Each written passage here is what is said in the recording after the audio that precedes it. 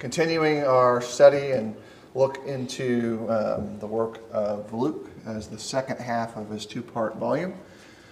Before we get any further, though, let's go ahead and bow together in prayer. Heavenly Father, we thank you for today and the blessings that we find and share in Jesus. Help us as disciples to mature our faith, as followers of Christ, to model our lives after his example and to see the Father through him.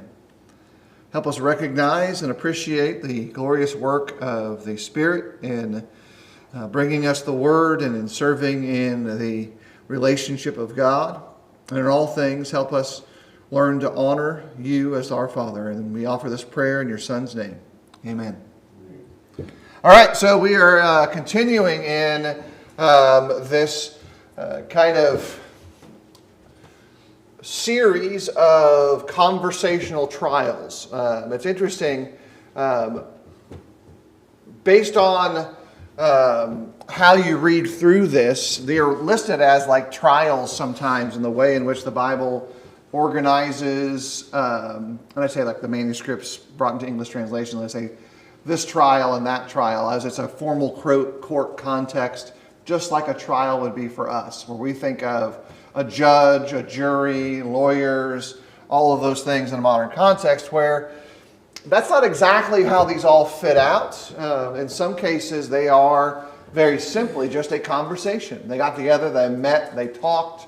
In other cases, these sequence events for Paul are more likely Paul just giving what would be a sermon or an invitation, but one that is an apologetic, a defense for why he believes as he does, and then why that belief should be considered as a reason for him to be set free, or just as it seems to be actually a reason, which is a nice little literary turn, that the people listening should choose to be set free. And so, the messages he gives is like, except for these chains, I want you to be like me. I want you to be more free than you are right now, even though I'm in chains. So, we had a conversation last Sunday and a look into the context around Paul's incarceration right now at Caesarea Maritima, or basically this big port that is the jumping off point from Israel that would eventually allow him to sail to Rome. And those dialogues show that they have an audience that is aware of Jerusalem. They are aware of Israel. They have knowledge of both cultural customs for the Jews, but they also know about this burgeoning segment or sect, as they see it, within Judaism. But Paul is trying to help them understand that this is not a sect. This is the capstone or the completion of God's initial and intended plan. And so it's kind of a shift that takes place in the storytelling side of things. Let's go ahead then and do two things. We're going to read through a chunk of the text in a second. But before we do that, was there anything from your reading over the course of the last couple of weeks, or things that you noticed in advance of this class that are important for us to be reminded about? I've got my own list of things that I always like to kind of remind everyone before we read, but I was curious to see this morning if there was something that you noted, or a connection or interconnection in the text. And if your brain is going, I'm still not joined us yet into human condition, and you're still captive to your sheets, that's fine too. We'll wake you up in a moment. Rich? I was just appreciating just at the basic level, I appreciate that we have this narrative here that we can read, and not only just gives us some of the historical context of what's going on with Paul, but it's quite detailed. And we were talking Wednesday night about all of the times that they've repeated the many things within the prophets. You've got something right here that lays out the entire sequence of events that happen to Paul. And I guess I just appreciate that at its basic level, all of the details that are involved in there. Yeah, there's a lot that is going to percolate to the top in this last sections. A lot of the individuals who lay out timelines or structures for the book of Acts have these parts of it as basically the climax of the storytelling side of explaining things. And realize that whenever we communicate, if we're going to tell somebody, show something, imply something, we're almost exclusively telling a story. Even if it's super technical, we're still telling a story of how that thing functions and works. And we use the architecture and literary tools inside that smaller discipline. You know, if you describe how an engine works, you're telling a story. Even though the story is the mechanics of the various processes of compression, of explosion, of force distribution, it's still a story. And so Paul is telling a story through his life, and Luke writes that story for us. And a lot of it then lets us have a full garden of possibilities when we start looking at it and starting to see these details. Things to pay attention to when we're reading through it is to recognize that there are competing interests amongst the authorities who have Paul in custody. The further Paul gets from Jerusalem, the things they care about shift. So in Jerusalem, it's mostly about placating the people of that community and making peace take place. Out of Jerusalem, Jerusalem doesn't matter as much anymore. It becomes, hey, what about the empire? And to the individual rulers in play, it's almost always about the chess game of their power. Hey, do I get to stay in power? Do I get to rise up in power? Do I have to do something here to interact in that way? And you can see that by their speech and their behavior. And Luke's secondary notes about them, and it kind of explains bits about their character. He even tells us why they did things, which is interesting because we don't always know why people behave the way they do or act the way they do until we have a longer period to see itself sort out. So let's read verses 1 through, say, 12 to begin with. And Rich, could you read that for us? And then, Justin, you're on that same side of the building, so you get to read verses 13 through 27. 25, right? Yes, sir. Or 24, verse 28 is the starting verse, I think that's what it is. But 25, verse 1. Now 3 days after Festus had arrived in the province, he went up to Jerusalem from Caesarea. And the chief priests and the principal men of the Jews laid out their case against Paul, and they urged him, asking as a favor against Paul that he summon him to Jerusalem, because they were planning to ambush him and kill him on the way. Festus replied that Paul was being kept in Caesarea, and that he himself intended to go there shortly. So said he, let the men of authority among you go down with me, and if there's anything wrong about the man, let them bring charges against him. And after he stayed among them not more than 8 or 10 days, he went down to Caesarea, and the next day he took his seat on the tribunal and ordered Paul to be brought. And when he had arrived, the Jews who had come down from Jerusalem stood around him, bringing many and serious charges against him that they could not prove. Paul argued in his defense, neither against the laws of the Jews, nor against the temple, nor against Caesar have I committed any offense. But Festus, wishing to do the Jews a favor, said to Paul, do you wish to go to Jerusalem and there be tried on these charges before me? But Paul said, I am standing before Caesar's tribunal, where I ought to be tried. To the Jews I have done no wrong, and as for yourself know very well, if I am then a wrongdoer, and have committed anything from which I deserve to die, I do not seek to escape death. But if there is nothing in their charges against me, no one can give me up to them. So I appeal to Caesar. And then Festus, when he had conferred with his council, answered, to Caesar you have appealed, to Caesar you shall go. Now when some days had passed, Agrippa the king and Bernice arrived at Caesarea and greeted Festus. And as they stayed there many days, Festus laid Paul's case before the king, saying, There is a man left prisoner by Felix. And when I was at Jerusalem, the chief priest and the elders of the Jews laid out their case against him, asking for a sentence of condemnation against him. I answered them what it was not the custom of the Romans to give up anyone before the accused met the accusers face to face and had opportunity to make his defense concerning the charge laid against him. So when they came together here, I made no delay, but on the next day took my seat on the tribunal and ordered the man to be brought.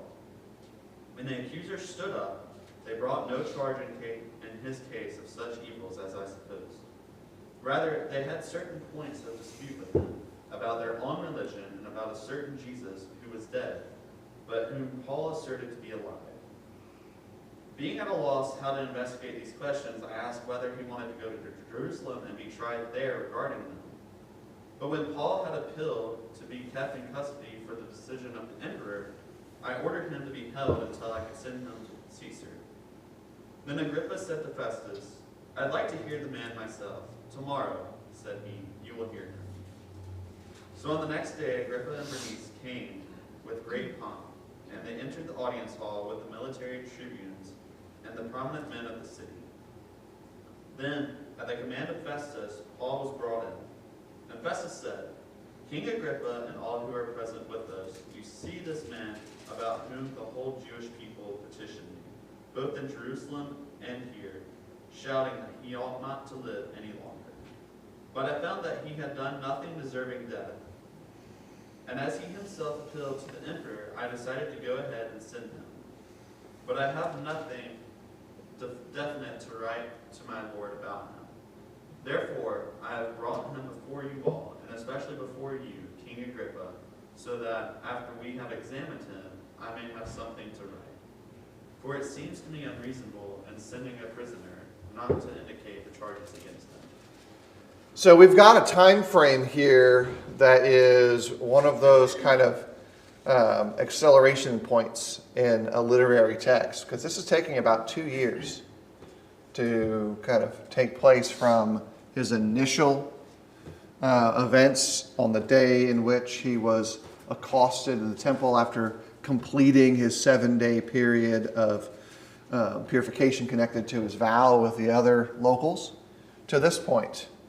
If you kind of look at the history of the life of Paul, 2 years sitting in a prison, and the conclusion of the individuals who legitimately have a right to make a determination, even though choosing not to, they're like, he hasn't done anything worthy of death.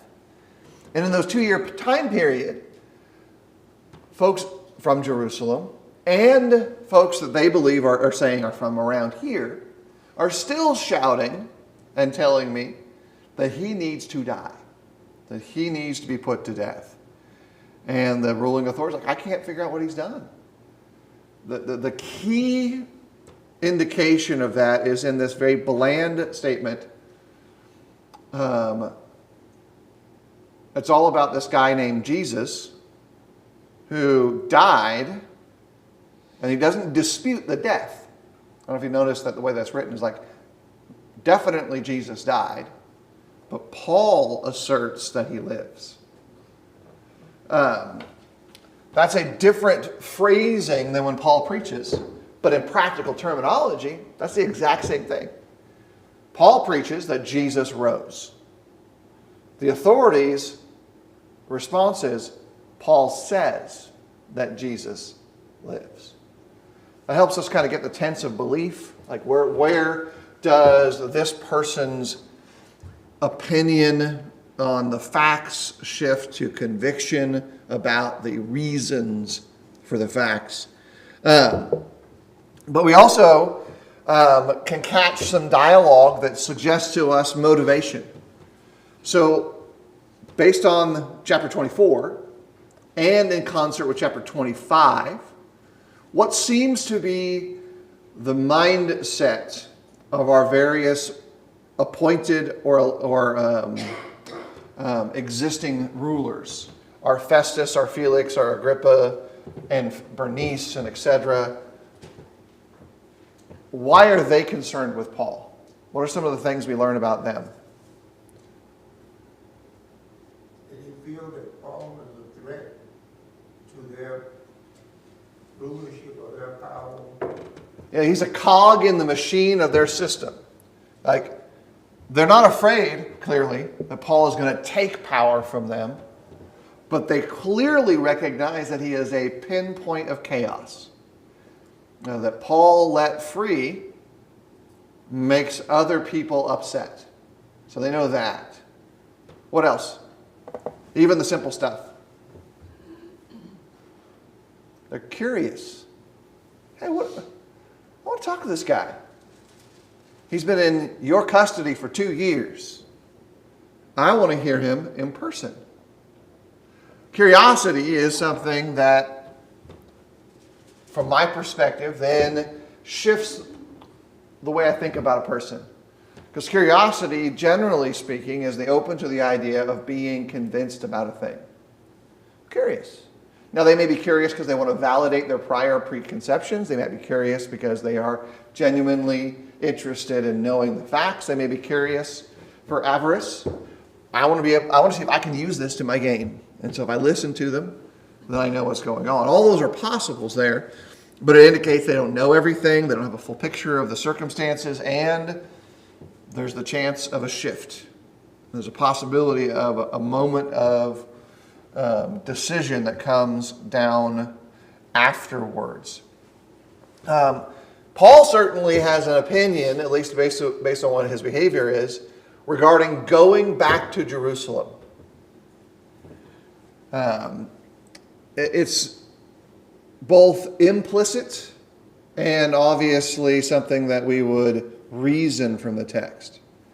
So why doesn't Paul want to go back to Jerusalem for that trial? He knows he won't get a fair trial in Jerusalem. Logical conclusion, that's reasoned from the behavior, says, if I go back to Jerusalem, any court that's there is essentially going to be run by people who have already said, kill him, put him to death. What else is going on here? Is there another possible reason for it? Well, I'm thinking it's probably a step back because he's already gone through the steps of going through those trials. Now you're in this regional area. Now it's like the last part is to progress into the next part of the civil judgment. Right. Versus having to step back into the lower courts again. From our standpoint of how we think about things, that's a sensible aspect of it too. Like, hey, what are they going to do for me? Like, it's just going to be a repeat and I might die over there. Even if the court itself isn't biased toward me, there's more people who want to kill me there, and it seems like there's less people who want to kill me in Rome, is another part of the rational side. Here's another thing to think about, though. God's imperative for Paul is to go to Rome.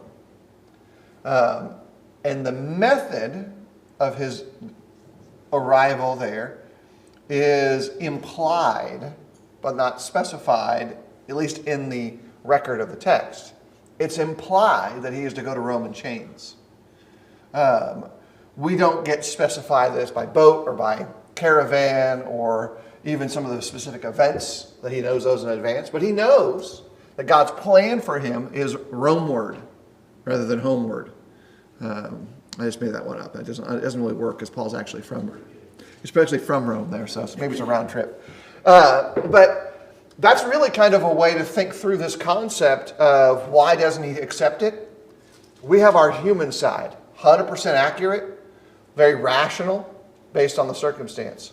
But there's always the God plan, the unseen realm side, and he has committed to following Jesus' expectations and commands, and it's go to Rome. But not just go to Rome in the context of how I told you you will go to Rome. And Paul's not choosing to escape that. Nor do you see him do anything else that would shift that process, even though we have prior textual evidence of God intervening on his behalf in similar circumstances. He's already been in jail, and God set him free. So he's already established the context that if I want to get out, and God wants me out, it's possible. And that doesn't happen here. There's no angel coming. There's no wall of the prison context. There's no jailer story here. There's different ones where Paul is still in chains, yet still preaching. And a unified knowledge that he is not guilty as accused. He knows he has put people to death. They know that. And by the way, if you're wondering why he doesn't, and this issue of him in the past doesn't come up, well, he was there at the stoning of Stephen, and he's accountable. If they convict Paul for that, they convict themselves for that. Like, they themselves are then accountable to the Roman Empire, and they would have no authority over Paul whatsoever as an already expressed Roman citizen. They couldn't do that to him. And so there's a lot of complications based on Roman law from history, but also just practicality that's in the human reasoning side. So a lot of that is going on here, where you're seeing how God works in his plan, but here's the thing for us, how we work within it. Once we know what God's designs are, it is imperative for the human to get in line with the divine and decide to work to further that goal. Whatever it is. And if you go back to say prior biblical stories, let's take post-flood context. What's the general expectation for mankind after the flood? Like, there's a two-front. Trey, you had something. What do you think? What are their goals? Be fruitful, multiply, fill the earth. Yeah, be fruitful, multiply. They seem to be successful at that, right? They're making people again in large numbers and fill the earth, right? What's their actual outcome, though? What do they decide to do? We're going to stay tight together, and we're going to build a tower to heaven, is their statement. They're going to build a big tower so that all can see our greatness. Who's going to see it if there's nobody else out there? Like, you start thinking about the rationality of the story. There's not a lot of rational thought on that level of it, because it's not about the tower. It's not even about their abject disobedience to not fill the earth. There's a lot of other stuff going on there in their behavior, but they're not in the plan. The plan is very specific in its full picture. Multiply, fill the earth. We'll multiply, but we're not going to go out and fill the earth. Okay, well, guess what you are? And God stirs up the soup of their language, confuses them, and now they have no other choice but to separate, creating conflict that pushes them further and further away, because they can't work together, and then they end up historically recognized as fighting with one another. You can go forward from that event or backwards, and you still see the same outcome. The free will of man conflicting or agreeing with God's divine plan for man. That's a great thing, for at least for me. I was thinking through, like, this is what I need to do. Whatever God's plan is, my goal then is to get within it and to not be like Paul and kick against the goads, but try to figure out where the flow is and just accept it and move with it. And life gets a little easier with each of those things. What else? We've got some details we'll pay attention to in a second as we kind of make a bit of exegesis of the text. But anything else you noticed in our reading that was of importance to you? Things that were important spiritual indicators, development points for your own faith, bits and pieces? I don't think Paul was afraid to die. So he's like, hey, if I'm guilty of something that's worthy of death, I'm not afraid of that. Yeah. I'm not. So. Yeah, you think about that. Mortality is an interesting thing. The human condition is incredibly fragile. We are breakable people with a very limited amount of force. Our physical forms are so frail, we're done. Doesn't take much. And you see it in the course of a person's development as a human. When we're little, we are unaware of the amount of force the little amount of force it takes to harm us. But at some point, we become brutally aware of the distance between my head and the floor is sufficient to make it be the end. 6 feet. The acceleration of something 6 feet could eventually kill any of us, right? And then you start expanding that math. If you want to do some math, it's like the risk increases as the speed increases. So once we get that, man is afraid to die. And you think about that, that's a very consistent theological story through the Bible. Death becomes the enemy that we fight against. Medicinally, how much of our medical practice is designed mostly to extend life?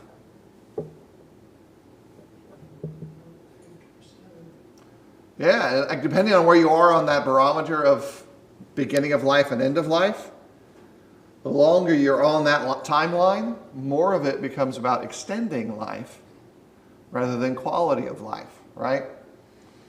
So that's how we think about things in human terms. Paul's absolute conviction that death isn't something for him to fear is incredibly praiseworthy. He even writes about it in the letter to the Corinthians, right? 1 Corinthians chapter 15. There's a whole treatise on the ideas of death. Oh, death. Oh, grave. Where's your sting? Where's your victory? You know, if you really want to have a moment of self-reflection, take Paul's letter to the Corinthians and stand out in a graveyard there and just spend an hour around the graves thinking about how Paul writes about them, and you might come away changed. You might have a moment of inflection and think, that's not that bad. Certainly don't rush toward it. But for the believer who resolutely trusts in God, death should mean something different. Sorrow still exists. Pain still exists. And the sense of loss for someone you don't see anymore still exists.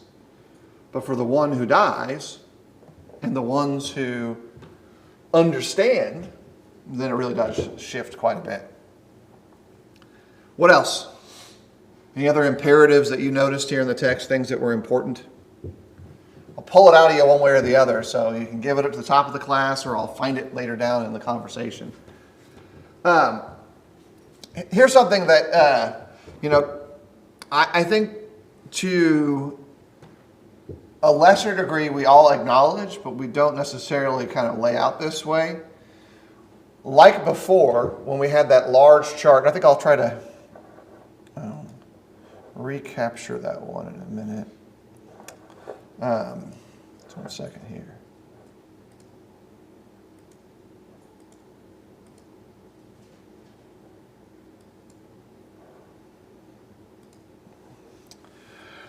This chart we brought up a few weeks ago has the various trials of Jesus and the trials connected to Paul laid side by side. And one of the details I think is really important here, both in Festus and what follows later with Agrippa, is the innocence of Paul as contrasted to Festus's injustice. This whole game that's being played with Paul's life is absolutely unjust. Yes, he has already appealed to Caesar 2 years ago. So he's been held in captivity primarily hoping for a bribe. And now he is a court curiosity.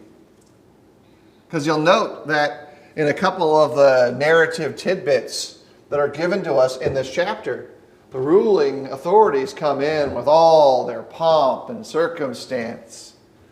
I am a ruler. Who are you, little Paul? You're nothing to me. Tell me your funny little story of why you're in prison, and yet I, who am in charge, am free. These laws that Paul is appealing to have a semblance of absolute justice. And maybe on paper, they truly are. But they are administered by unjust men. And Paul, in the New Testament text, writes often about the conflation between God's justice and man's brokenness. I don't know if you've ever thought about this before. I've been thinking about it quite a bit, that the literary background that Paul uses when he writes the letter to the Roman brethren pulls heavily from the perspective of someone who has a deep insight to being imprisoned, to being the outcast, to being in the place of human injustice.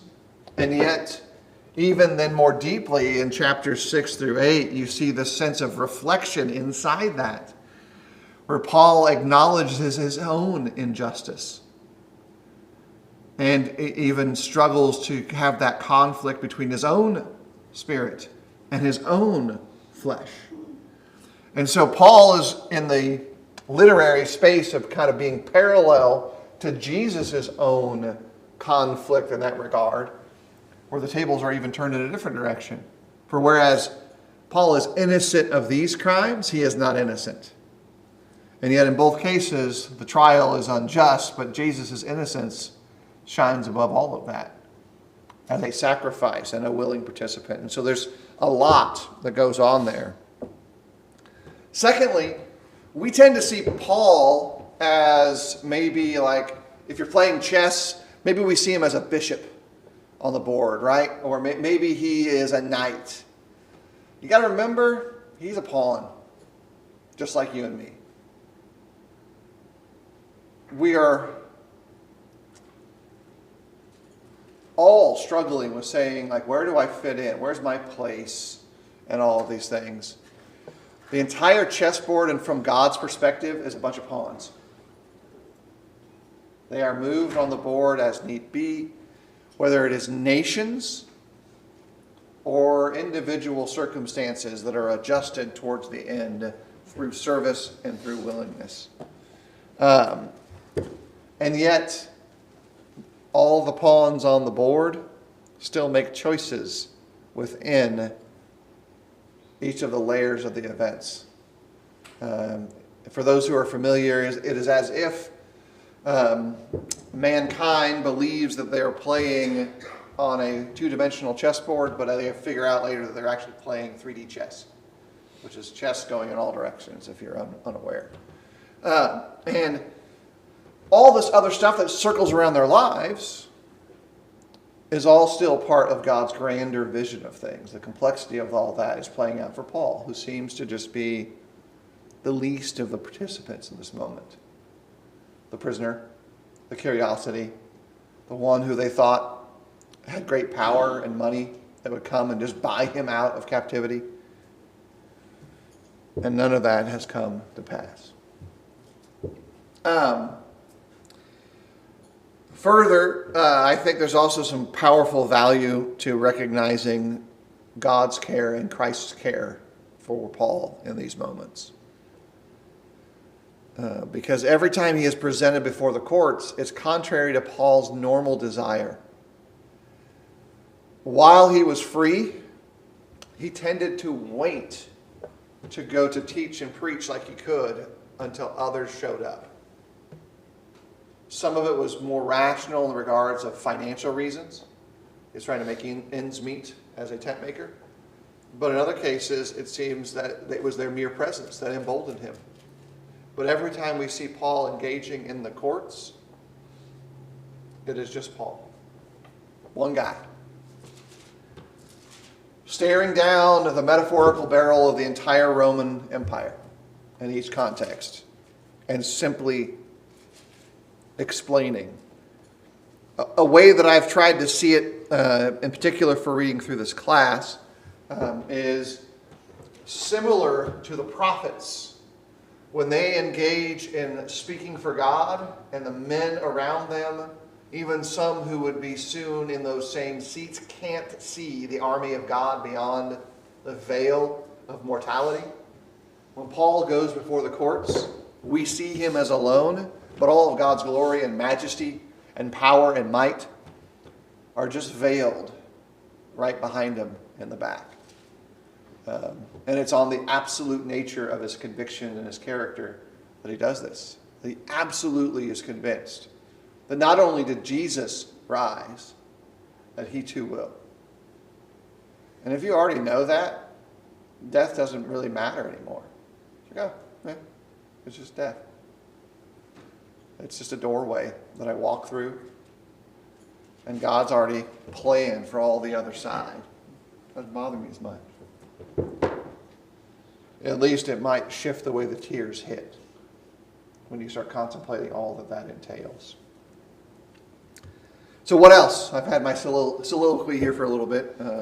Be quiet, Norris. Yeah, I just don't think, for me as a Christian, it really shows how people can underestimate the power of God. Because you see from Jesus to the Apostle Paul, that how people try to kill, if they kill the messenger, that if they kill the message. And you're not going to be able to do it because God's word is still going to be out there. So, whether you kill a person, try to stop them from teaching God's word, it's not going to happen. And we still, as a society, have came to grips that we can't do nothing about it because God's power still overweight. Yeah, and it's kind of exemplified by this reality. How many of you, by show of hands, at some point this morning, took a few moments, sat down at a desk, a coffee table or whatever, had an orange juice or a cup of coffee or something to drink? Hopefully all of you had some beverage this morning, right? That's everybody? Some kind of thing. Did that seem peaceful for the moment that it happened? You're sitting there sipping your coffee. Everything was right with the world. Understand that at that moment when you're peacefully sipping that coffee or even just kicking your feet back on the table and reading your Bible, you're not still. The earth revolves at about 1,000 miles per hour. Our earth circulates the sun at about 66,000 miles per hour. The sun makes its orbit around the central conglomeration of the Milky Way at about 483,000 miles per hour. And the Milky Way itself is ripping through God's creation at approximately 1.3 million miles per hour. So that peaceful moment of drinking your coffee is just an illusion. Because you're moving constantly in ways that you really don't even notice. I say that is because we sometimes think that everything around us is just some circumstance that happened to us, just happened. And we didn't do anything, or God isn't doing anything, or it's just completely just a randomization. God indicates to us in the Scriptures that the God of creation, that the Word who became man, upholds the worlds. In this case, it says, by the word of his power. And so we have metaphors sometimes like how God holds the world in his hand. So that 1.3 million mile per hour Milky Way, God is managing that clock. And here's the contrast to it. Jesus indicates in the Sermon on the Mount that while that thing that I'm sure none of us can actually fathom well of what it means to have that kind of circulating system that we think we're sitting still on, but it's going like maniac fast. God identifies the hairs in our head, cares for us greater than all the birds and the beasts of the field, and provides for us abundantly beyond them.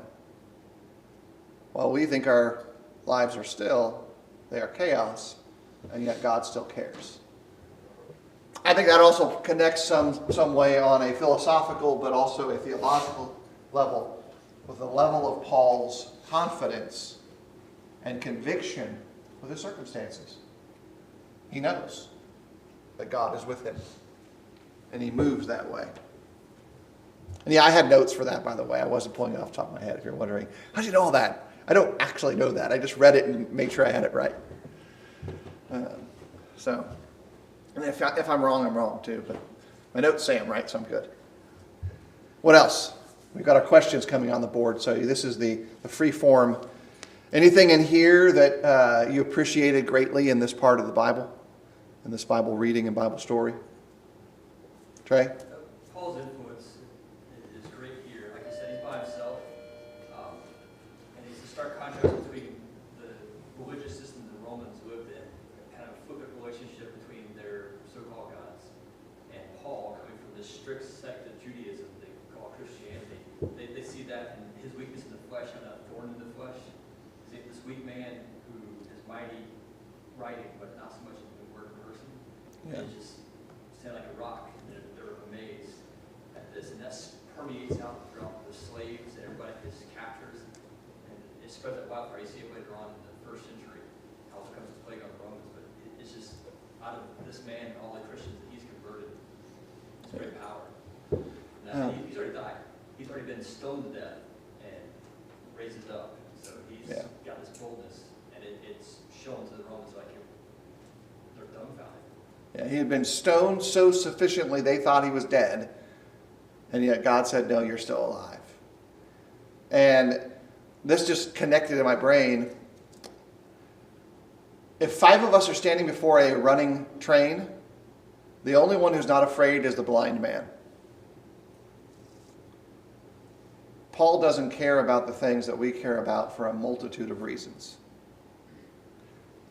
He's not afraid because he doesn't really care about the world in the way that we do. Or we would be terrified if the train is coming our way and we pull the blind man out of the way because we don't believe he sees. The table has been turned in various ways for Paul, and it may be an advantage to him in ways he didn't understand and not see the world around him. You got any questions you want answered about Paul's time in there in these courts?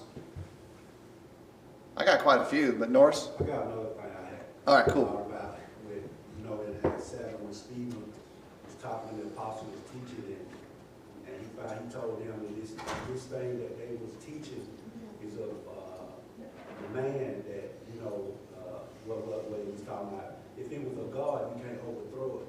So it just goes to show you that, when people try to stop God's word from being taught, you find yourself fighting with God. And a lot of people think they don't realize that. If it's of God, you can't do nothing about it.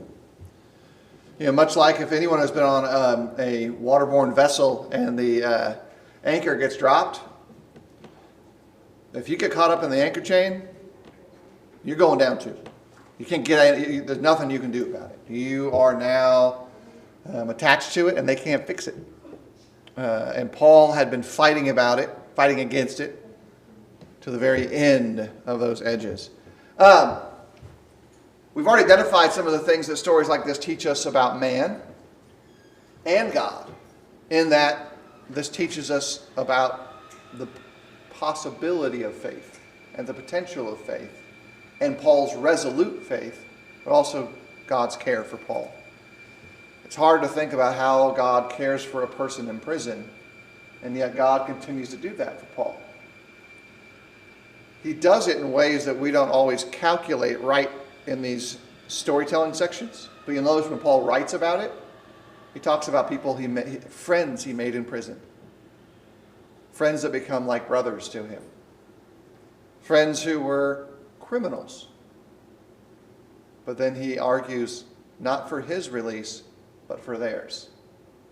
Now there's a lot going on there that I think we probably need to become better at, is to see others in view of that. That's approximately all our time, so we'll go ahead and put a pin in it right here. And next Sunday morning we'll continue reading through the bits and pieces of the life of Paul as it comes to a close in the book of Acts. Thanks, everybody.